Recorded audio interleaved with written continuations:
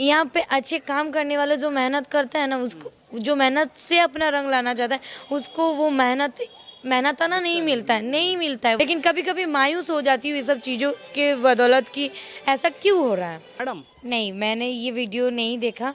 बाकी एक दो जगह से सुनने को मिला और आपने बोला तो मैंने अभी सुनने को मिला।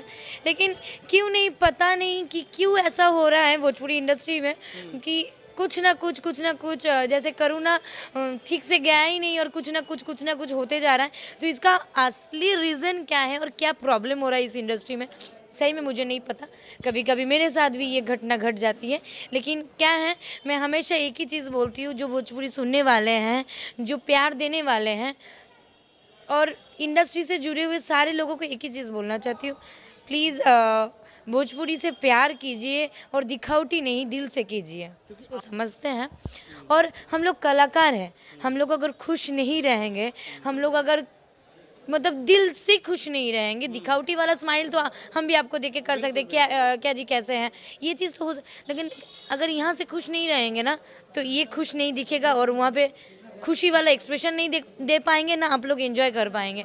तो क्या है ना कहीं कलाकारों को वो आज़ाद, दिल से आज़ाद रहने का मौका मिलना चाहिए और दिल से काम करने का मौका देना चाहिए।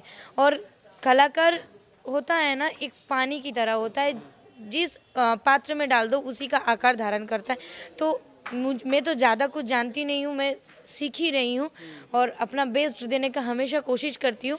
बाकी जब भोजपुरी का बात आता है ना, मैं भी कोलकाता से हूँ और मैं भोजपुरी में काम करती हूँ, कहीं ना कहीं लगाव है तभी जाके। तो मैं हमेशा कोशिश करती हूँ कुछ सीखने का, कुछ अलग करने का। लेकिन कभी कभी मायूस हो जाती हूँ ये सब चीज़ों के बदौलत कि ऐसा क्यों हो रहा है। आखिर ऐसा होना सही में सही नहीं है। जो असली हकदार है उसको मौका मिलना चाहिए।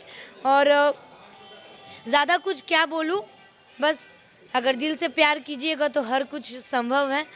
और दुनिया तो बोलने वाले बोलते रहते हाँ, बोलने वाले बोलते हैं और अपना काम करते जाना है। हैं। लास्ट, मधु जी के स्टाइल में क्या मैसेज अपने फैंस के लिए?